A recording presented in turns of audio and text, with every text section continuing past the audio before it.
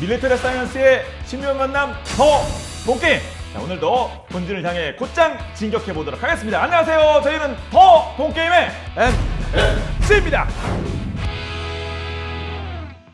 그러면 오늘의 주제 바로 확인하시죠.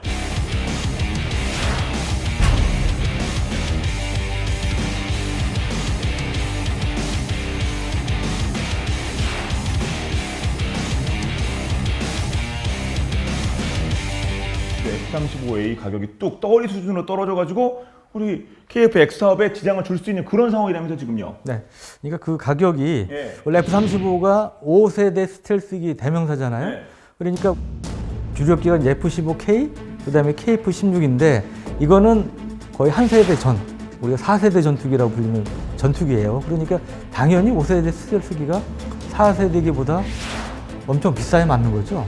실제로 F-35A가 처음 나왔을 때 이제 그때는 대당 2억 달러였어요. 우리 돈으로 따지면 한 2,400억 넘는 이런 돈이었는데, 근데 이 F-35A 가격이 점점 양산이 되면서 점점 가격이 내려가더니 급기야 지난해 말에는 7,700만 달러, 우리 돈으로 약 940여 원 정도로 낮아진 거예요. 그러니까 이게 5세대 전투기가 4세대 전투기보다 싸진 이제 그런 상황이 됐고. 원가가 얼마길래 이렇게 깎을 수가 있는 그러니까 이게 이제 이 비율로 따지면 70%예요. 네. 근데 이게 좀 제 개인 그 물건과 관련된 얘기를 해서 죄송합니다만 제 신발이 좀 좋아 보이지 않아요? 오늘 진짜 네. 반짝 신발을 반짝반짝. 이거는 메이커인데요 이거? 근데 이 신발이 조금 원래 비싼 건데 네. 제가 왜 샀느냐, 70% 세일을 해서 샀어요. 그러니까 거의 폭탄 세일을 했기 때문에 산 건데 여간 좀 뭐 같은 비유는 아니지만 70%가 이제 엄청난 70%면 사실 엄청난 거죠. 네. 예. 아니, 보통 70은 2월 상품이나 뭐 그렇죠. 클리어런스 해가지고 이제 막판 이제 재고 정리 수준인데 네. 현재 F-35A 같은 경우는 지금도 계속 만들고 있고 막 계속 업그레이드 그런 그렇죠. 상황 아닙니까? 네. 그리고 어떤 뭐 그 누구한테 팔았다가 안 팔려도 된 것도 아니고 본인들 위한테 팔면은 처음으로 초도 이렇게 주는 건데 새 거로 주는 거 아니에요? 그런데 70% 가까이 세일이라고 하는 걸 지금 어떻게 그게 가능한가요? 70%라는 세일이. 그러니까 뭐가 문제가 생겨서 그런 게 아니고 네. 우리가 이제 흔히 규모의 경제라는 게 있잖아요. 그렇죠. 많이 생산하면 단가가 싸진다. F-35는 당분간은 세계에서 제일 많이 생산될 전투기입니다. 이미 다 예약이 차 있어요. 그래서 어느 정도냐면 미 해공군 해병대가 이제 주문을 했는데 그게 2,443대고요.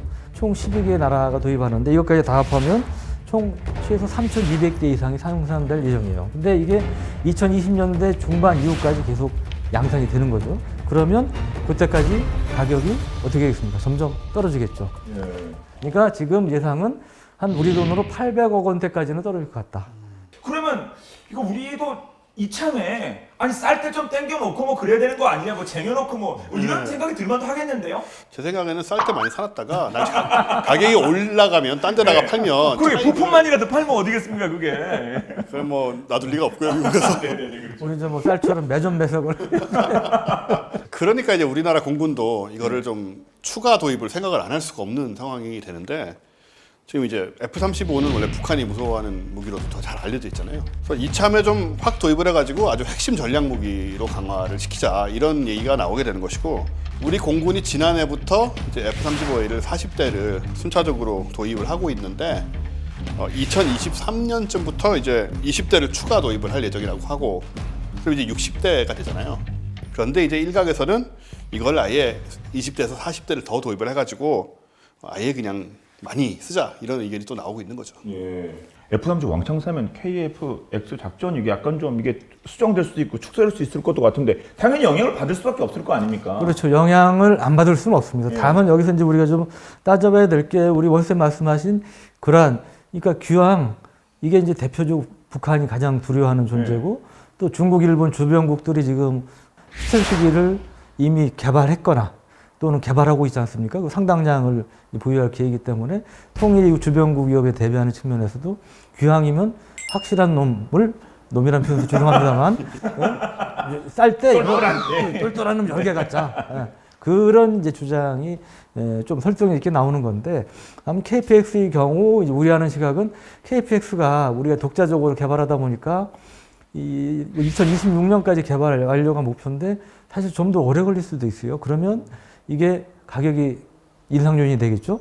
또 생산 대수가 120대 플러스 알파인데 그게 줄어들면 더 올라갈 수 있는 것이고, 그래서 대략 일각에서 예상하는 건 KFX 가격이 800억 원대가 될 수 있다고 전망을 한 시각이 있어요. 물론 이에 대해서 방위사업청의 이 사업 담당하는 쪽에서는 펄쩍댑니다. 그 정도 안 된다. 그보다는 싸다고 얘기를 해요. 그래서 이제 그런 면에서는 좀 안심이 되는 부분인데, 여하간 KFX가 우선 성능 자체가 그 F-35하고 같은 레벨이 아닙니다. 엄격하게 얘기하면 F-35는 하이급이고요. KFX는 미디엄급 플러스 알파, 미디엄 플러스 알파급이에요. 그러니까 원래 목표가 우리 주력인 KF-16을 대체하기 위해서 F-16 플러스 알파의 성능을 갖는 그런 거기 때문에 성능 자체가 사실은 F-35 같은 게 아닙니다. 근데 거기다 가격까지 같으면 경쟁이 안 되겠죠. 가격 면에서 KFX가 경쟁이 있을 수 있다. 그 주장의 근거는 뭐냐면 2026년 이후에 KFX가 양산이 됩니다.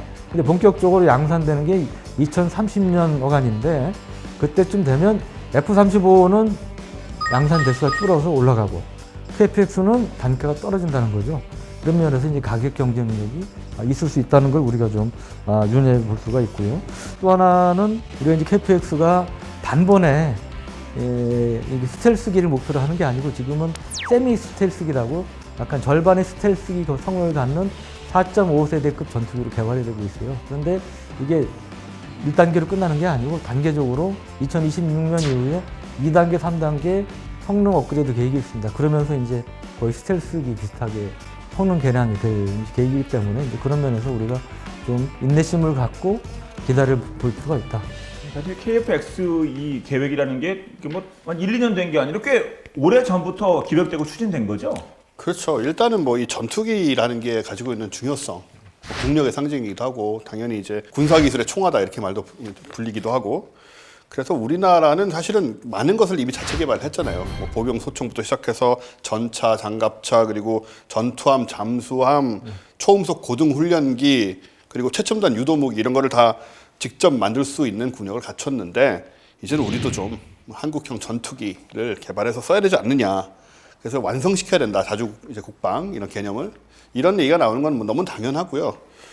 요거 지금 기원을 생각을 하면 1997년까지 거슬러 올라가는데, 당시에 이제 정부 차원의 국산 전투기 개발을 의지를 처음으로 확인한 게 김대중 대통령이죠. 아, 진짜 1997년이요? 네, 그러니까 23년 전이죠 벌써. 와. 당시에 김대중 대통령이 2000년 11월 KT-1 훈련기 출하 때 하고, 그 다음에 2001년 3월에 공군 사관학교 졸업식 축사에서 늦어도 2015년까지는 국산 전투기, 최신의 전투기를 개발할 것이다라고 말씀을 하셨는데, 이미 5년이 지난 상황이 지금 돼 있는 거죠.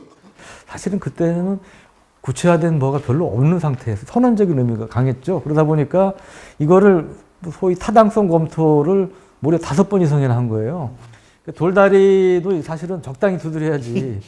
너무 세게 두들기면 돌다리 무너지지 않겠습니까? 거의 무너질 정도로. 탱크도 한번 지나가봐 안전한가 이러면 안 되는 거 아닙니까? 거의 무너질 정도로 계속 꽝꽝꽝꽝 두들기다가 이렇게 늦어진 거예요, 사실은. 본격적으로 체계 개발된 게 2016년 1월부터였고, 그래서 이제 막 속도가 붙었죠. 그래서 이제 그 2018년 6월에 기본 설계가 됐고, 작년 9월, 2019년 9월에 KFX 상세 설계 검토, 이거를 영어로 CDR, 크리티컬 디자인 리뷰라고 그러는데, 이때서야 비로소 KFX의 구체적인 형상이 확정이 됐다고 볼 수 있습니다. 거의 최종 형상인 게 확정됐다고 볼 수가 있는 거고요. 그러면 대망의 1호기는 언제 나오냐? 내년 4월. 그러니까 이제 1년도 안 남았네요. KF-X 일단 우리가 좀 모습을 좀 볼 수 있을까요? 뭐 현재까지 개발된 상황이라도? 근데 모형이 지금 이제 실물 모형이 나와 있는데, 전 같으면 교보제를 준비할 텐데 입체적인 교보제가 없이. 솔직히 한번 여기 형님 테이블이 없어서 교보제를 안 가져오신 겁니까? 아니, 교보제가 없습니까? 네. 테이블이 있으면 교보제 갖고 오실 수 있어요? 엄밀하게 얘기하면 뭐 엄밀하게 얘기해. 좀 세밀하게 얘기하면 여기 주차 시설이 완비돼 있으면 제가 어떻게든 차에 싣고 왔을 거예요. 근데 여기가 좀 주차 시설이 좀 더 미비가 돼 있는 것 같더라고요. 사장님 안 계시죠? 안 보인다고 안 계시는 건 아니죠? 너무 벽돌 옆에 계신. 방송할 때마다 디스에서 저 이제 출입 정지 당하는 거 아닌지 모르겠다. 예. 작년에 서울의 그 아덱스 2019를 통해서 실물 모형이 이거는 이제 그냥 전시용 모형은 아니고 소위 그 실제 개발에 활용되는 그 레이더 반사 면적이라고 하잖아요. 그 RCS 그걸 측정하기 위해서 만든 아주 정교하게 만든 모델이에요. 뭔가 그 F22를 연상시키는 좀 각지고 약간 그 스텔스 성능이 또 필요한 거니까 F15K하고 비교를 해도 손색이 없는 그런 적어도 이제 분위기를 자랑을 한다라고 생각이 되는데 뭐 여기에서 조금 더 업그레이드 된다고 하더라도 뭐 큰 틀은 이렇지 않을까라고 생각을 하는데 그러면 이제 딱 보시기에 이게 뭐 프라 모델로다 이 정도면 얘 잘 빠졌다. 네, 이런 기체는 좀 재미는 없어요 만드는데. 아 그러게 뭐가 사실 좀 이렇게 좀 밖에 튀어나온 것도 있고 뭐 프로펠러도 있고 해야 동그랗게 좀 휘고 이래야 재밌지. B2 이런 거 만들고 싶겠습니까? 무슨 가오리지 그게. 스텔스기가 전반적으로 그렇죠. 좀 그렇죠. 예, 영어로 목업이라고 그러죠. 실물 크기 모형. 근데 뭐 별명이 미니 랩터라고 그래요. 그런 인상이에요. 거의 이게 약간 F22 랩터 비슷한 이제 그런 인상을 주면서 약간 포스도 있어 보이고 올해까지 포함한 거의 3조 원 이상의 돈이 들어가게 되는데 이 착착착 이제 그 진도가 나가고 있구나 그런 느낌을 받았습니다. 예, 뭐 미니 랩터 무슨 뭐 리틀 박세리 아니 무슨 뭐 유럽의 페이커 이거 다 칭찬 아니냐? 그렇죠. 칭찬인 것 같은데 그러면 실질적으로 어떤 목표하고는 성능은 어떻습니까? 우선 이 크기를 보면 길이가 16.9m에 폭 11.2m고요. 이게 오히려 F-35A보다 커요. 왜냐하면 F-35A는 단발 엔진이 하나인데 이거는 쌍발입니다. 공군과 내신인들의 여론을 수렴을 해서 쌍발로 이제 결정이 됐는데. 네티즌이야? 진짜예요? 네. 아니 그냥 하신 말씀이 아니라. 농담이 아닙니다. 무시 못할 얘기인데 실제로 그 소위 군사 마니아들, 거기도 상당히 이런 결정한 데 있어서 적지 않은 영향을 끼쳤다고 그럽니다. 근데 이제 물론 이게 이제 단순히 그런 파퓰리즘이 아니고 이 전문가들 그 다음에 중요한 게 지금 수요군 우리가 지난번 그 해병대 상륙공격 헬기 얘기할 때 수요군이 해병대 의견 존중해야 된다고 그랬잖아요. 제일 중요한 공군의 쌍발기를 원했기 때문에 된 거예요. 저희 그 더본 게임에도 많은 분들이 글을 올려주시고 계십니다만 그러니까 맞는 말씀을 하고 근거를 가지고 이렇게 제시를 하니까 그런 것들이 당연히 이렇게 합리적이니까 받아들여진 거군요. 물론 온라인 여론에도 잘못된 것들이 있을 수 있습니다. 군사 마니아들 여론이 다 옳은 게 아니에요. 그래서 그거를 무조건적으로 따라했다는 것이 아니고 논리적인 타당성이 있기 때문에 그렇기 때문에 이제 수용이 됐다고 말씀드릴 수 있는 거고요. 엔진의 추력은 이제 44,000파운드 쌍발이고 최대 이륙 중량이 25.6톤 그리고 최대 속도는 마 1.8 항속거리는 약 3,000km에 육박한 2,900km고 무장 탑재량에도 관심이 많으신데 거의 8톤에 육박하는 7.7톤 정도 됩니다. 그러니까 이 정도면 그 F-35의 무장 탑재량하고 비슷하다고 약간 못 미치는 정도로 볼 수 있고요. 동체 아래하고 날개 밑에 10개의 각종 폭탄 미사일을 달 수 있는 이게 파일론이라고 그걸 갖고 있고요. 그리고 이 무장이 좀 재미있는데 유럽제 공대공 미사일들이 붙어요. 독일제인 IRIS-T라든지 그다음에 이제 중거리 공대공 미사일 중에 세계 거의 최강으로 꼽히는 미티어라든지 일단 2026년까지는 공대공 전투를 위주로 하는 게 되고 그 뒤에 이제 추가로 공대지 그 공격력을 갖춘 것들이 이제 업그레이드가 되는데 여간 여기에 이제 외국의 미국제 정밀 유도 폭탄 우리 전에 다뤘던 제이담이라든지 이런 거 외에 국내에서 개발되는 한국형 타우러스 광거리 공대지 미사일 이런 것들을 다 장착할 수 있도록 돼 있고요. 또 하나는 이게 아까 제가 세미 스텔스라고 그랬잖아요.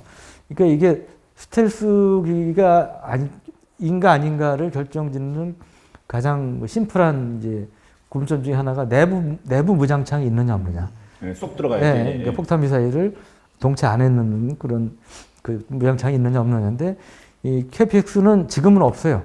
지금은 없는데 대신에 반쯤 집어넣는 우리가 이걸 반매립형이라고 그러는데 반쯤 집어넣어서 미사일을 장착할 수 있는 그런 형태는 능력을 갖고 있습니다. 그래서 이제 그런 면에서 이제 그 어느 정도 스텔스 능력도 갖는 이제 그런 성능으로 개발이 되고 있습니다. 역시 이제 궁금한 건 또 스텔스 성능인데 말씀하신 거의 연장선상에서 요건 이제 4.5세대라고 얘기를 하고 있고요. 그러니까 스텔스 기능은 어느 정도 갖추고 있을 것이다라고 이렇게 기대를 할 수가 있는 상황인데 이 최신 설계인 저피탐 LPI라고 해요. 기술을 이제 적용을 했고 국내 언론에서는 KF-X의 그 RCS 값 레이더 반사 면적이 0.5제곱미터 정도 된다라고 얘기를 하고 있어요. 0.5제곱미터면은 50cm 이렇게 제곱 이렇게 되나요? 50cm 곱하기 50cm 이렇게 되나요? 그게 진짜 우리가 많이 틀리는 건데요. 50cm 이만큼이니까 50cm, 50cm 이 정도 될 것이다라고 생각을 하게 되는데 0.5 제곱미터라면서요? 예, 근데 이게 우리가 칠판. 칠판이. 이거 빼먹었구나. 칠판. 네, 저희가 또 업그레이드겠습니다. 네. 기왕 나온 거 써보죠. 뭐. 지난번에 없던 교보제가 아니고 중요한 저기가 액세스가 생겼네요. 이게 이제 제곱미터니까 우리가 중학교 수학을 생각을 해보면 초등학교일 수도 있어요, 요즘은. 이제 이게 이렇게 사각형으로 잘 써진다. 오. 여러분 전자칠판 아닙니다. 그냥 백문만 없는 칠판. 그러게요. 여기 이제 1이면 이제 1제곱미터가 되니까 이거의 절반 크기인 거죠, 뭐. 그럼 이제 요게 이제 100 곱하기 100이면은 만이 되는 거죠. 그죠? 요게 이제 1제곱미터거든요. 100cm, 100cm. 5,000을 만들면 이게 이제 0.5제곱미터가 되잖아요. 그럼 대충 생각을 하면은 70 곱하기 70이 되겠네요. 77, 49니까 4,900이 되죠, 그죠? 70면 70. 그러니까 대략 이게 70cm고 이 정도 될까요? 70cm인 원래 크겠네요. 대략 이 정도 뭐 정확히는 안 나오지만 이 정도 크기니까 1m, 1m면 이제 1제곱미터면 이 정도 될 것이고 그보다 좀 이제 작은 3분의 2 정도의 느낌의 크기. 레이더에서 봤을 때 그 정도 크기의 물체로 보인다는 얘기죠. 근데 이렇게 얘기를 하면 우리가 뭐 모르잖아요, 실제로. 다른 거하고 비교를 해봐야 알지. 좋은 거예요, 나쁜 거예요, 넓은 거예요, 좁은 거예요? 그러니까요. 아니면, 예. F22 문제의 F22 이 RCS 값이 0.001 제곱미터예요. 0.001? 예, 그러니까 뭐 제곱미터 상으로 0.점입니다. 점. 예, 레이저의 해상도에 따라서 모니터 해상도에 따라서 안 보일 수도 있겠네요. 사람 눈에 안 보일 정도 안 보이죠. 점이에요, 그냥. 점이라고 보시면 되고, 레이더상에서는 보이지 않는 그런 크기로 봐줘도 점 크기라고 보시면 되고, 그 다음에 F-35A 스텔스의 경우 이 문제가 되는 이 경쟁 기종인 이 경우에는 0.005니까 이거보단 크죠. F-22보다는 그래도 아주 작은 크기라 이런 거는 뭐 거의 이것도 거의 안 보이거나 뭐 점으로 보이거나 뭐 거의 찾을 수 없다고 보시면 되고요. 새의 RCS 값이 0.01이니까 지금 F-35A가 그거보다 작은 거거든요. 새보다도 훨씬 작게 그건 진짜 보인다. 스텔스니까. 예. 그렇군요. 예. 그래서 이제 KF-X 같은 경우는 이제 양산화 과정이 사실은 앞으로 이제 6세대 우리가 4.5세대를 만든 다음에 다시 5세대를 만들 수는 없으니까 6세대 전투기를 개발하기 위한 징검다리의 역할을 이제 하는 스텔스적인 측면에서도 그렇게 볼 수 있는 거죠. 바로 그냥 뭐 5에서 6으로 확 그냥 스텔스로 가는 거는 좀 안 될까요? 아니 물론 마음 같으면 그렇죠. 예. 근데 그 세상에 제가 강조하는 거 있잖아요. 세상에 공짜 없다고. 하나하나 가야겠죠. 그렇죠. 예. 그러니까 우리가 이제 전문적으로 진화적 개발이라고 그러는데요. 그거는 뭐 우리뿐 아니고 미국이나 이스라엘 선진국들이 많이 채택하고 있는 방법이에요. KF-X의 경우도 우리가 뭐 거의 양산 비용까지 20조 가까이 든 단군일의 최대의 이 무기 도입 개발 사업이라고 하는데 이제 그러면 실패하면 안 되기 때문에 이제 그런 단계를 밟아서 할 필요가 있다고. 예. 만들어진 일자리가 6,800개래요. 그러니까 그만큼 일자리를 만들어 제공을 하는 것이고 양질의 일자리일 거 아닙니까? 그렇죠. 그건 이게 사실은. 뭐 첨단 사업이니까. 네. 그리고 기업, 뭐 대학, 연구소 이런 112개 기관이 참여를 하게 되고 경제적 효과가 2조 1천억 원으로 추산되고 있다. 그런 정도니까 되게 큰 좀 산업적으로도 그냥 작은 일이 아니죠 이게. 우리 이 거제랑 통영지역 여기가 옛날에 이제 조선업을 아주 크게 하던 곳들이잖아요. 네. 근데 조선업이 언젠가부터 침체가 돼가지고 지금 이제 그 지역 경제 붕괴의 이야기가 사실 나왔었거든요. 근데 이제 KF-X를 개발 중인 이 카이가 작년 7월까지 경력 근로자 193명 중에 53명을 이 조선업계에서 채용을 했어요. 전투기 개발 사업이 실업 인력을 빠르게 흡수를 좀 해줌으로써 지역 경제를 좀 활성화시키고 조선업 중심의 산업 구조도 그 지역 관련돼서 좀 변화시키는 그런 역할까지 하고 있다. 이런 측면도 있습니다. 100%까지는 안 되겠습니다. 그러면 국산화율 어느 정도로 봐야 될까요? KF-X의 공식적인 국산화율은 63%입니다. 근데 이게 뭐 우리가 뭐 80, 90%를 정도를 이제 뭐 이상적인 수치로 보는 분들은 입장에서는 좀 낮을 수 있어요. 근데 이것도 사실 적지 않은 비율인데 또 어떤 분은 야, 기왕이 100% 하지 왜 70%도 안 되냐 그럴 수 있는데 문제는 전투기에 수많은 부품이 들어가는데 이 부품들이 우리가 다 우리 기술로 뭐 엄청난 돈을 투입하면 만들 수 있겠지만 다 만들 수도 없고 만드는 것조차 자체가 바람직하지 않아요. 그러니까 선택과 집중을 해야 된다는 거죠. 그 다른 나라에 비교적 싸게 괜찮은 부품을 우리가 도입할 수 있다면 그리고 우리가 전략적으로 이 기술을 꼭 가질 필요가 없다면 우리가 굳이 많은 돈을 들여서 할 필요가 없는 거잖아요. 그러니까 이제 그러면서 우리가 이제 판단을 할 필요가 있고, 우리가 이제 일본의 예를 한번 좀 들고 싶은데, 일본은 이 국산화율이 굉장히 높습니다. 그러다 보니까 수입하는 것에 비해서 보통 한 3배 이상이 비싸요. 그러니까 대표적인 예가 우리 도입한 아파치 공격 헬기가 한 대에 1,000억 원이 넘어간 거예요. 세상에. F-15K보다 비싸, 아파치가. 예, 전투기보다 비싸. 그러니까 500억이면 살 수 있는 거를 지나치게 국산화율을 높은 국산을 강조하다 보면, 집착하다 보면 이런 역경이 생기기 때문에, 그럼에도 불구하고 국산화가 필요하다는 교훈을 보여주는 게, 우리가 첫 초음속 훈련인 T-52 경우도 사실은 엄밀하게 얘기하면 순수 국산이라고 보기가 어렵습니다. 왜냐하면 이게 전에 이제 우리가 KF-16을 미국에서 들여서 조립 생산을 주로 한 건데, 우리가 기술 도입 생산이라고 하는데, 그거에 대한 반대 급부로 사실은 록히드 마틴이 기술 지원으로 개발된 거예요. 그러다 보니까 그런 부품의 경우도 외국계 많고, 또 기술도 미국 지원을 받다 보니까 이게 소위 족쇄가 채워져 있는 게 많습니다. 그러니까 우리가 T-50 수출할 때 사실은 다른 나라 수출할 때 굉장히 이거 조그만 부품, 사소한 기술 때문에 제동이 걸리거나 어려움을 겪은 적이 많았다고 해요. 그래서 그런 면에서는 우리가 이제 웬만한 국산을 해야죠. 중요한 것들을. 그리고 또 정비할 때도 마찬가지. 이 부품이 이제 국산화 안 돼 있으면 외국에서 들여와야 되는데, 그거 하려면 무슨 시간도 걸리지 않겠습니까? 미국에서 만약에 들여온다면. 또 돈도 훨씬 비싸죠. 그러니까 이제 그런 맥락에서 소위 얘기하는 이제 그런 부품의 창정비 부분, 이 관련해서도 필요하다. KPX도 2026년까지가 이제 블락 1 1단계입니다. 그 다음에 이제 공대지 능력 갖는 블락 2. 그 다음에 뭐 본격적인 스텔스 능력을 갖는 5세대 스텔스기 비슷한 뭐 블락 3등 이런 식의 단계적인 개발이 필요한 거죠. 이런 문제 때문에 또 군사마녀들 사이에서도 KF-X 사업이 계속 추진돼야 되느냐라는 또 회의론도 없을 수는 없죠. 한성 측에서는 당연히 이제 지속적으로 성능 개량을 할 수 있다. 뭐 이런 입장인 것이고요. 그리고 운영 유지 같은 게 훨씬 원활하고, 그리고 이제 FA-50으로 다져지는 그 항공 산업 기반을 또 유지를 해야 되는 면이 있고, 반대쪽에서 보자면 F-35 단가가 이렇게 내려갔는데, 사업이 만약에 우리 KF-X 사업이 실패할 경우에는 전력 공백이 생기지 않느냐. 그러니까 F-35를 가져오지 않는 경우에 당연히 이제 생각해 볼 수 있는 문제고요. 그리고 또 이제 당연히 성능, F-35보다 성능이 떨어지는 경우에 미래 전장에서 확실히 효용성이 있겠느냐는 그런 점도 또 생각을 안 할 수가 없는 건 있죠. 또 가격 경쟁력에서 봤을 때는 KF-X의 가격이 이제 800억 원대까지 달할 것으로 예상해서, 그런 경우에는 F-35하고 차이가 없어지는 게 아니냐. 근데 이제 F-35는 훨씬 첨단 기종인데 같은 가격이 되면 문제가 있지 않느냐, 이런 또 우려를 또 할 수밖에 없는 상황이고요. 특히 중요한 거는 도입 단가로 단가지만 운영 유지 면에서 KF-X가 즉 이제 국산을 가지고 있는 것이 훨씬 싸게 먹히니까 편하고 쉽고, 그런 점은 또 이제 생각을 안 할 수가 없는 부분이라 전문가들 사이에서도 계속 이제 이견이 있는 거죠. 네. 사실 우리가 이제 그 무기 도입할 때 보면, 뭐 제가 속해 언론도 그렇고 국회도 그렇고 많은 사람들이 초기 도입 비용만 따집니다.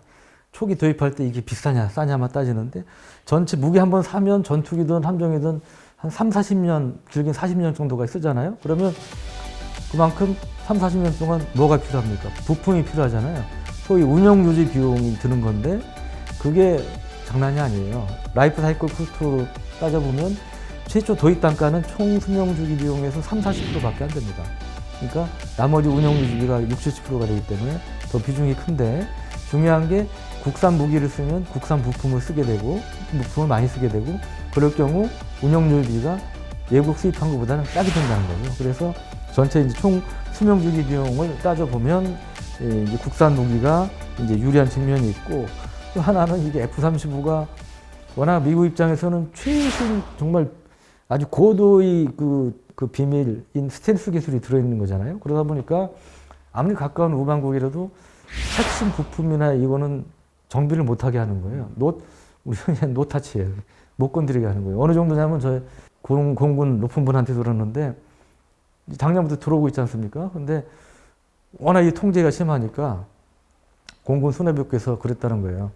야, 이거 우리 전투기 맞아? 내 거야, 네 거야 이게 미국 거야, 한국 뭐 거야. 이런 이제 농반 진반의 푸념까지 하셨다고 그래요. 이제 그 정도로 굉장히 정비나 이게 제약이 많다는 거죠. 그리고 또 하나는 중요한 게 국산 미사일이나 폭탄을 계속 개발하잖아요.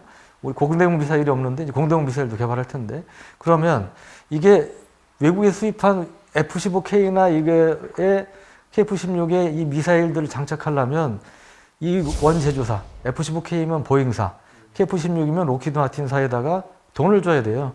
아 이거 좀 달아달라고. 근데 이제 소프트웨어를 개발해야 되는데 이게 또 정말 바가지 쓰기 쉬운 겁니다. 소위 부르는 게 값인 이런 부분이에요. 보통 최소 몇십억, 몇백억 이상 달라고 요구하는 경우도 있어요. 지난 그러니까, 그 해병 헬기 때도 비슷한 그래, 그 예. 어떤 지적을 해주셨잖아요. 예, 예. 계속되는 문제군요. 그렇죠. 그러니까 이게 전투기 같은 경우는 특히 공대지 폭탄 미사일 뭐 이런 것들이 많지 않습니까? 네. 공대공 미사일도 있고. 그러니까 그런 면에서도 KF-X가 굉장히 장점이 있는 거죠. 근데 사실 그 성능 부분, 뭐 가격도 가격입니다만 이 성능 부분도 뭐 뒤집거나 대등하지는 않더라도 그래도 어느 정도는 이렇게 좀 비교가 됐으면 좋겠긴 한데요. 그렇죠. 또 뭐 너무 형편없이 떨어지면 네. 또 곤란한 거니까 뭐 또 그렇지는 않고요. 또 나은 점들도 있고 일단 최대 속도 이런 것도 조금 아주 약간이지만 마하 1.8이에요. F-35가 여기에 비해서 마하 1.81이라고 사실 네. 예, 아주 작은 1승, 예. 과연 승이라고 할 수 있는지 의문이긴 하나 여하튼 그런 스펙이 나오는 것이고요. 0일이면은 1200 시속 10몇 킬로인데요. 예. 그런데 KF-X는 같은 F414GE 400 엔진을 사용하는 그 FA18 호넷 유명한 이제 그 엔진이 같아요. 같은데 그거보다 이제 기체가 작고 가볍고 한편 이제 동급 추력의 F-35보다는 익면 하중이 작다라는 그런 이점을 갖고 있습니다. 이게 무슨 얘기냐면 한마디로 이제 몸체는 가볍기 때문에 같은 엔진을 쓰고도 훨씬 좀 편하게 움직일 수 있는 그런 좀 몸 전체적으로 좀 가벼운 거죠. 일단 길이가 근데 F-35보다 좀 길어요 또 그런 와중에 F-35에는 길이가 15.6m인데 KF-X는 길이가 16.9m니까 이거는 뭐 꽤 차이가 난다고 볼 수 있고요. 엔진 출력 중량비 이건 이제 엔진 출력에 대한 이제 중량인데 F-35A가 1.1 그리고 F-15는 1.2 KF-X는 1.3 그만큼 이제 엔진 출력에 비해서 이제 중량이 가볍다. 좋은 거죠. 숫자가 좋은 높을수록. 좋은 거에 힘을 낸다 더. 예. 그렇게 생각하시면 되고요. F-22는 1.6 근데 좀 월등하긴 하죠. 예. 걔는 좀 넘사급이라. 모든 넘사급이라 걔는. 가속력이 좋고 선회 능력이 이제 좋고 즉 좁은 선회 반경으로 선회를 할 수 있다는 것이고 작고 날쌔게 움직이는 그런 측면이 있는 거고요. 그리고 이제 F-35에 적용했던 것 중에 하나가 비선형 동적 모델 역변환이라는 건데 말 자체도 어마어마하게 어려운 말입니다만은 이 제어 기법이 이제 적용이 될 예정인데 이거는 양산형 항공기로는 F-35 이후로 두 번째로 적용이 되는 거래요. 근데 이거는 어렵게 생각하면 밑도 끝도 없는 찾아보니까 논문이 나오더라고요. 예. 네, 그런 것까지 볼 필요가 없고 이건 그냥 개념만 이해를 하시면 됩니다. 요즘 항공기들은 이제 스텔스 기능이라든가 이런 것 때문에 형태 자체가 완벽하지가 않아요. 그러니까 옛날 같이 따지면 옛날 비행기로는 제대로 운영할 수 없는 정도의 괴상한 형태가 좀 나와 있거든요. 근데 이거를 근데 제대로 운영을 하려면 반드시 전자제어 기술이 들어가야 됩니다. 설계 단계부터 사실은 이런 시스템이 다 이제 이미 이제 계산이 돼가지고 들어가 있는 거죠 이게. 네, 솔직히 그 한국말보다 영어가 더 쉬워요. 넌 리니얼 다이내믹 인버전. 이건 뭐 비선형 동적 모델 역변환보다 낫네요. 그래서 이제 당연히 플라이 바이 와이어가 이건 이제 매뉴얼로 이렇게 옛날처럼 동작하는 게 아니고 다 이제 전기적으로 컴퓨터적으로 이제 움직이는 그런 개념이잖아요. 전에도 우리 복귀 때 얘기했던 것 같은데 플라이 바이 와이어 무슨 뭐 마치 철사로 이렇게 그리고 유선으로 나르나 뭐 그런 얘기했어요. 예. 그런 게 아니고 비행기인가, 예. 요거는 오히려 이제 자동적으로 컴퓨터가 이제 조정을 하는 이런 개념을 말하는 건데 당연히 이제 이런 시스템일수록 이런 것이 또 발달돼 있어야 되죠. 아니면 굉장히 위험해지니까 그 외에도 조종사 안정을 위한 뭐 자동 지형 추적 그리고 자동 경로 항법, 자동 회복, 그다음에 자동 지상 충돌 회피 이런 기능들이 다 적용이 될 예정이고요. 우리가 무슨 뭐 1차 대전, 2차 대전 때 전투기 만들어 갖고 싸운 것도 아니고 와 진짜 뭐 말로만 들어도 이 복잡한 이 기술들이 다 KF-X에는 막 들어가면서 이렇게 다 개발되고 있는 거 아닙니까? 와, 네. 진짜 처음에는 정말 맨 땅에 뭐 들이받는 그런 수준부터 시작했겠어요, 우리 그 기술자분들이요. 그렇죠. 그리고 이제 최신 전투기를 개발하려고 하다 보니까 우리 이제 사실 미국은 우리 이제 맹방인데 이제 그런 미국으로부터 견제 비슷한 거를 받은 그런 사례도 있어요. 타이거 아이 사건이라고. 뭐요?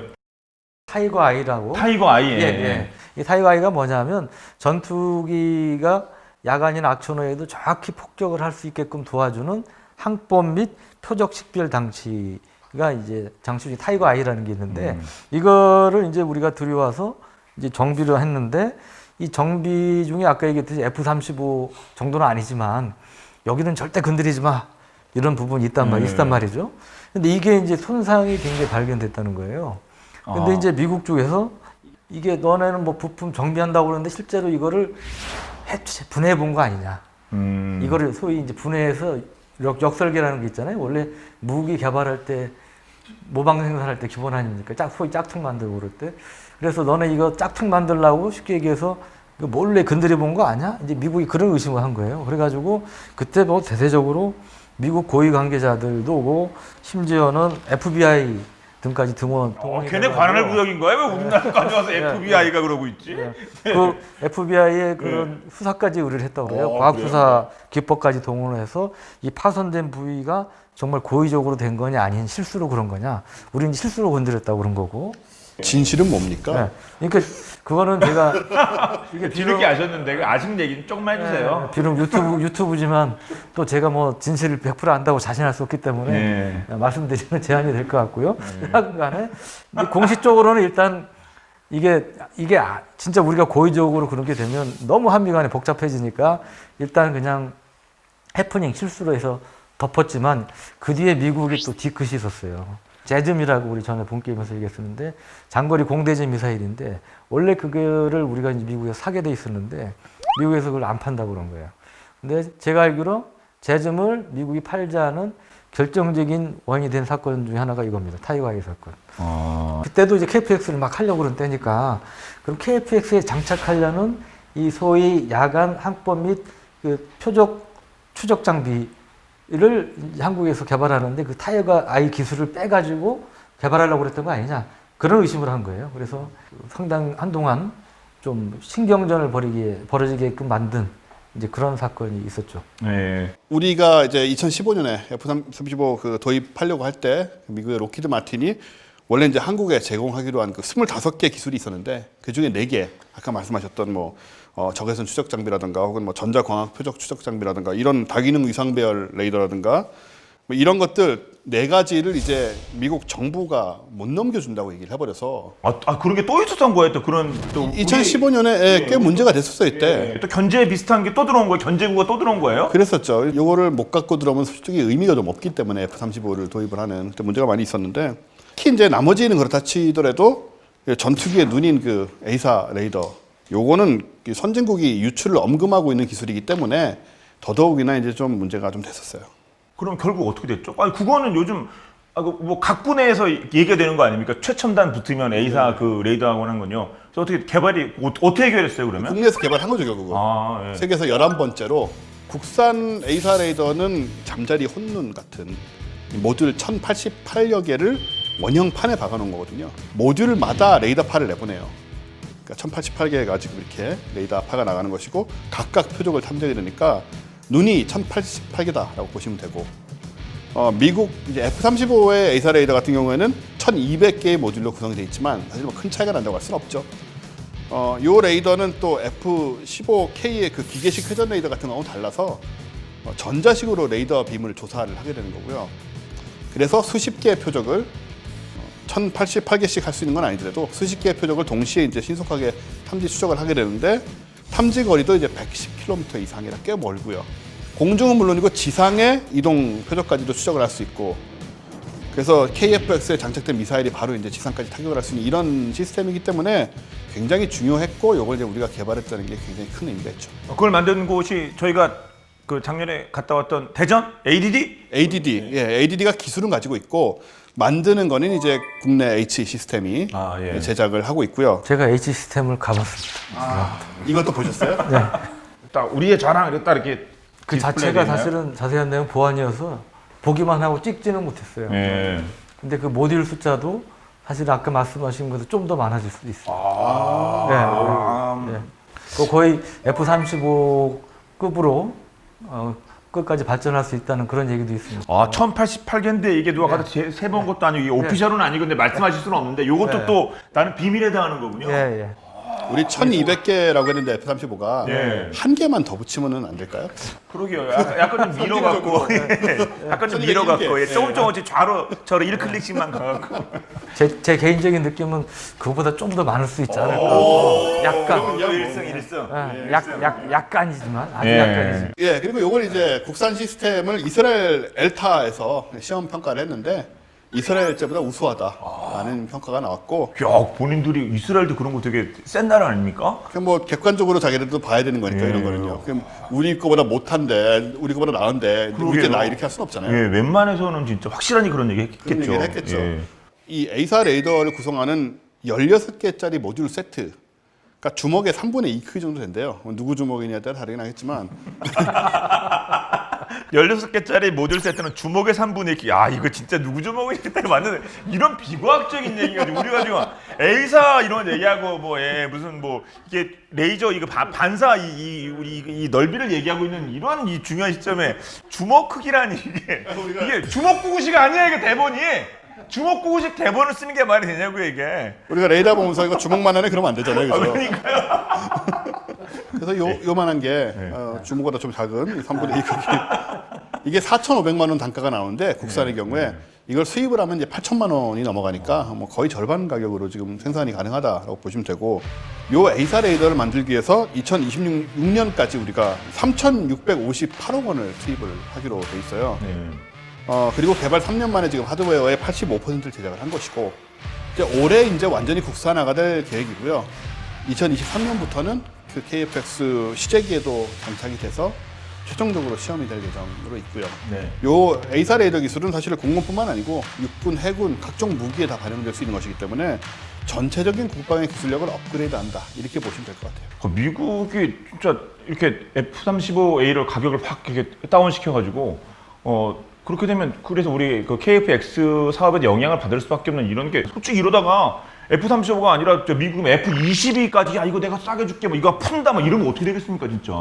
다행히 F-12는 생산 라인이 끊어졌어요. 아 그래요? 끊어져서 이제 풀 것도 없어. 다시 살리려면 매우 물론 뭐 불가능하지 않겠죠. 엄청난 돈이 들 겁니다. 그래서 그러니까 극단적인 상황이었습니다. 현실적으로 뭐 그런데 일본에 대해서는 미국이 이제 F-22 기술 이전에 대해서는 빗장을 풀려는 그런 움직임이 있어요. 그러니까 F-22를요? 그러니까 일본이 보면 2030년대 개발을 목표로 해서 지금 그 기존의 F2라는 지원 전투기가 있는데 그 후속 전투기를 개발하고 있습니다. 그게 이제 FX 사업이라는 건데, 이거를 이제 일본 순수 독자 개발을 할까 어쩔까 하다가 외국 업체하고 이제 공동 개발 형태로 하겠다, 그렇게 방향이 잡히니까 록히드 마틴이 자기들이 갖고 있는 최고의 카드를 내놓은 거예요. 록히드 마틴이 F-22, 35 다 만들지 않습니까? 그러니까 F-22, 35 두 개의 기술을 믹스시킨. 야, 그건 진짜 현존 최고 카드 아닙니까 그러면? 그런 거를 뭐 줄 수 있다 이런 식으로 일본에 제안한 걸로 이렇게 이제 알려주고 있어요. 그러면 페이퍼상으로 보면 거의 현존 최고의 카드처럼 보이죠. 근데 어떻게 됐을 것 같습니까? 이거 당연히 그 정도는 오케이. 줘. 얼마야? 아니면 어떻게 해야 돼? 우리가 이랬을 것 같은데 일본 쪽에서는요? 처음에 미국도 그걸 기대했죠. 근데 일본에서 의외로 그걸 거부했어요. 일본이 뭐라고 그랬어요? 옥수수 250만 톤을 샀는데? 그래요? 그러니까 이게 지난 4월에 일본 자위대 산하의 방선 획득 및 기술 군수지원청, 영어로 얘기하면 ATLA, 아틀라라는 기구가 있는데, 그 일본의 5세대 FX 전투기 사업에서 미 록히드 마틴사가 제안한 기술 협력 방안을 수용하지 않기로 했다고 발표를 했어요. 그러면 궁금하잖아요. 왜 이렇게 보면 우리 같으면 그거 우리한테 안 줘서 막 그런데, 그러니까 일본은 지금 일본 F-35를 도입하고 있잖아요. 무려 그 해병 그 수직이 착륙까지 F-35B까지 포함하면 147대의 F-35를 도입을 합니다. 적지 않은 숫자의 5세대 전투기를 보유하게 되는데, 일본의 욕심은 6세대 전투기 있다는 거예요. 6세대 전투기를 개발해야 되겠다. 이제 그게 이제 본심이라는 거고, 그래서 로키드 마틴사가 제안한 내용을 보니까 그렇게 뭐 기존에 갖고 있는 거 플러스 F-35 도입한 거 비해서 크게 뭐 눈에 확 띄는 뭐 획기적인 게 별로 안 보였다는 게 이제 외신들의 보도 내용입니다. 그러다 보니까 일본에서 일단 뭐 완전히 진짜 거절한 건지 일단 튕겨본 건지는 모르겠으나 일단 지금까지는 공식적으로는 거부한 걸로 그렇게 돼 있고요. 그래서 그럼 일본이 바라는 바는 뭐냐? 우리가 전에 6세대 전투기 얘기하면서 그 템페스트라고 영국의 그 BAE 시스템사가 그 실무 크기 모형을 2년 전에 공개한 거 말씀드렸었잖아요. 근데 이 템페스트가 이제 워낙 6세대 전투기 개발에 많은 돈이 드니까 영국에서 이제 여러 나라를 끌어들이려고 파트너로, 그중에 일본도 들어있고, 일본도 이제 거기에 대해서 좀 관심을 보이는 이제 그런 상태라고 그래요. 그래서 6세대 전투기로 가야 되는, 직접 가는 게 낫겠다. 뭐 그런 판단을 하는 것이 아니냐, 이런 이제 추측들이 나오고 있어요. 결국 6세대 전투기로 가야 되는데, 그러려면 어차피 뭐 어정쩡한 과정을 거치는 것보다는 직접 가는 게 낫겠다. 뭐 그런 판단을 하는 것이 아니냐, 이런 이제 추측들이 나오고 있습니다. 근데 또 인도네시아 얘기가 또 오고 있습니다. 인도네시아가 뭐 사업에 이렇게 참여하기로 했는데 이게 또 불투명해졌다. 또 이런 얘기까지 좀 나오고 있는데 이건 또 어떤 얘기예요? 그 리스크 중에 하나가 인도네시아입니다. 그러니까 인도네시아가 원래 전체 개발비 8조 5천억 중에 20%인 1조 7천억을 돈을 대게 돼 있는데, 인도네시아는 지난해까지 2,200억 원밖에 안 되고 이런저런 핑계를 대면서 돈을 안 내고 있어요. 뭐 경제가 어렵다, 뭐 등등 뭐 해가면서 다른 걸로 때우면 안 되겠냐, 뭐 이런 식으로 해가지고 계속 시간을 끌고 있어서 이게 진짜 본심이 뭐냐, 그리고 발 빼려고 그런 거 아니냐, 이런 의심도 있는데, 원래 인도네시아 국방장관이 이 문제를 협의하기 위해서 지난 2월에 우리나라에 오게 돼 있었는데 코로나 때문에 못 왔어요. 그래서 그것 때문에 좀 늦춰지고 있는 거지 완전히 깨진 게 아니다. 뭐 군에서는 이렇게 설명하고 있는데 촉각을 곤대 세우면서 볼 필요는 있다, 그 생각입니다. 그럼 프랑스 라팔 뭐 48대인 걸 사기로 했다. 프랑스 매체 보도 그거는 그럼 오보예요? 프랑스 라팔 전투기 사기로 했다는 보도도 완전 사실무근이라고 인도네시아 국방부 쪽에서 얘기를 했다고 그럽니다. 우리 군 당국에다 얘기를 했다고 그럽니다. 네. 자, 그럼 이제 또 우리 KF-X 뭐 경쟁 상대라고 해야 될까요? 튼튼하고 값싼 무기를 만드는 우리 러시아. 네. 러시아 이제 국영 방위 산업체인 그 UAC의 계열사로 RSK 미그, 해외에서 개발 중인 그 유사한 디자인을 맞추는데 중점을 둔 트윈 엔진의 소위 경량급 전투기 개발 사업 설계 입찰에 이제 돌입을 한대요. 트윈 엔진 설계하고 그 다음에 내부의 베이 스트러스 벡터링, 이거는 이제 추력 편향이라고 그러죠. 전자 구성, 이런 특정 기능에 대해서도 아직 공개가 되지 않은 상태라 정확하게 뭘 하려는 건지 아주 디테일하게 나와 있지는 않은데요. 근데 이제 중요한 거는 러시아가 이제 참고할 유력한 경공격기로 지금 어떤 걸 생각하냐면은 중국의 FC-31 그리고 카이의 KF-X 이 프로토타입, 이런 것들을 거론을 하면서 이런 업체들이 또 이 입찰에 참여해서 이제 경쟁을 할 그런 가능성도 지금 있는 상태고요. 어쨌든 간에 러시아의 관점은 뭐냐면은 차세대 전투기를 개발하되 너무 막 고가의 전투기 뭐 이런 것보다도 FA-50 같은 좀 경량급 전투기, 이런 것들이 대세로 떠오르고 있어서 전투기 교체 작업을 서두르고 있어서 우리 KF-X 같은 경우도 뭔가 좀 관련이 될 수 있지 않느냐, 이런 생각이 좀 들어요. 네. 이제 KF-X가 이제 본격적인 스텔스기로 업그레이드가 된다면 그 경쟁 상대가 될 수 있는 게 이제 우리 원세 말씀하신 중국의 FC-31인데 젠 20에 이어서 중국이 개발하고 있는 스텔스 전투기인데, 이게 사실은 이렇게 두 종류의 스텔스 전투기를 동시에 개발하고 있는 것도 미국 빼고는 없어요. 그래서 상당히 이례적인데, 이 FC-31이야말로 아까 뭐 미니랩터 얘기도 했지만 거의 뭐 F-35 거의 짝퉁이라고 해도 과언이 아닐 정도로 많이 닮았습니다. 선양 항공기 제작공사라는 데서 이제 만들었는데, 이 F-35하고 차이점이라면 F-35는 단발, 이거는 쌍발입니다. KF-X 쌍발이듯이 이제 쌍발이고요. 그 외에 뭐 주익이라든지 수직미 여러 가지 보면 뭐 사진 보시면 아시지만 하여튼 빼박이라고 그러나요? 너무 똑같거든요, 이거요. 무슨 뭐 상표 등록은 돼 있지 않게 디자인 등록은 안 돼 있겠습니다. 이거 어떻게 이렇게 똑같대요, 근데? 근데 이제 미국에서 기밀을 폭로한 그 스노든이라고 있죠. 영화도 나왔던 네. 중국이 지난 2007년에 이제 해커들을 통해서 이 F-35를 만든 로키드 마틴을 해킹을 했다는 거죠. 트럼프 대통령도 이에 대한 언급을 좀 했었어요. 그래서 그 대노했었다고 그러고요. 문제가 이제 KF-X하고 겹치는 부분들이 있는데 그럴 경우 이제 가격 경쟁력이 문제가 되겠죠. 가격 경쟁력이 F-31의 경우는 7천만 달러 안팎으로 예상이 된다고 그러는데 우리가 이제 방사청에서 비공식적으로 얘기하듯이 뭐 700억 원대 어간 또는 그 밑으로만 유지가 된다면 뭐 경쟁력이 있을 수 있고요. 800억 원대가 된다면 이것도 또 좀 애매해지는 상황이 될 수가 있을 것 같습니다. 그렇군요. 네. 좀 이렇게 말씀을 드리면 들을수록 자, 우리 미래를 생각해서라도 KF-X 사업 끝까지 정말 성공적으로 잘 이루어졌으면 좋겠습니다. 자, 파이팅! 이런 말씀을 드리고 싶네요. 자, 그래서 오늘 쭉 이렇게 KF-X 사업에 대해서 살펴봤는데 전체적으로 어떠셨습니까? 소위 얘기한 국뽕 계열로 좀 말씀을 드렸는데 이 F-35하고는 사실은 같은 급이 아닙니다. 누차 말씀드리지만 이 원래 목표치가 다른 이제 항공기인데 어떻게 하다 보니까 이제 경쟁 상대가 될 수 있는 이제 그런 부분이 있는데 우리가 또 이제 부분에서 봐야 될 게 이 판매 대상 국가들이 달라요. 그러니까 F-35의 경우는 예를 들어 인도네시아 같은 경우도 약간 그러니까 회교 이슬람 국가라든지 이런 데 쪽은 미국에서 F-35는 안 팔라고 그런다고 그러지 않습니까? 아프리카나 중남미나 그다음에 동남아시아 이쪽의 친중 국가들한테는 F-35를 안 팔 겁니다. 우리는 어느 정도는 팔 수가 있죠. 미국하고 갈등 관계가 생기지 않을 정도의 나라라면 그건 우리는 팔 수가 있죠. 그러니까 그런 면에서 이제 판로가 달라요.